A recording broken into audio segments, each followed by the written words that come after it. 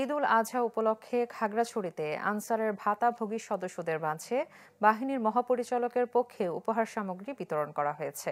সকালে পৌর টাউন হলে এসব উপহার সামগ্রী তুলে দেন আনসার ও গ্রাম প্রতিরক্ষা বাহিনীর চট্টগ্রাম ও পার্বত্য চট্টগ্রাম রেঞ্জের উপমহাপরিচালক ডক্টর মোহাম্মদ সাইফুর রহমান।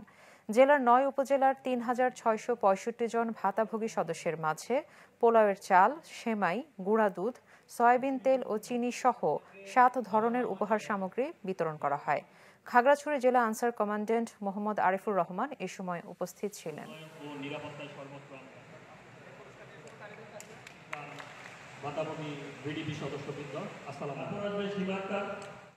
আসলে কখনো এরকম করে পাওয়া হয়নি ঈদ উপহার। রোজার ঈদও পেয়েছি আলহামদুলিল্লাহ, কোরবানও পাচ্ছি, আসলে আশাই করিনি। তো মহাপরিচালক স্যারকে অসংখ্য ধন্যবাদ জানাচ্ছি।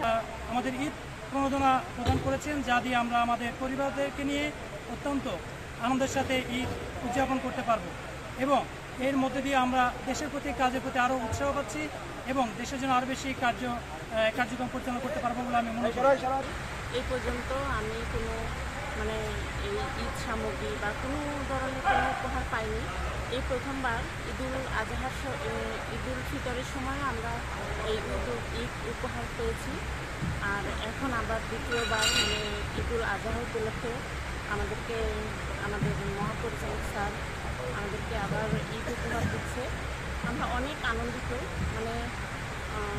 সারা বাংলাদেশে যেভাবে ঈদ উপহার সামগ্রী বিতরণ করছি, তারই অংশ হিসেবে পার্বত্য চট্টগ্রামে ৭,৮৮৬ জন ৩ পার্বত্য জেলায়, তার মধ্যে একান্তই খাগড়াছড়ি জেলাতে ৩,৬৬৫ জনকে আমরা বিতরণ করছি। এটা একটা বড় অংশ। খাগড়াছড়ি ৩ পার্বত্য জেলার মধ্যে সবচেয়ে বেশি গুরুত্ব বহন করে।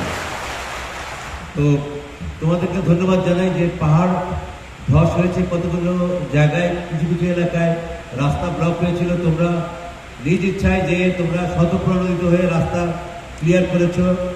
মাটি ধস থেকে অনেক পরিশ্রম করে বৃষ্টির মধ্যে তোমরা রাস্তা পরিষ্কার করে জনগণের যাতায়াত ব্যবস্থা নিশ্চিত করেছো।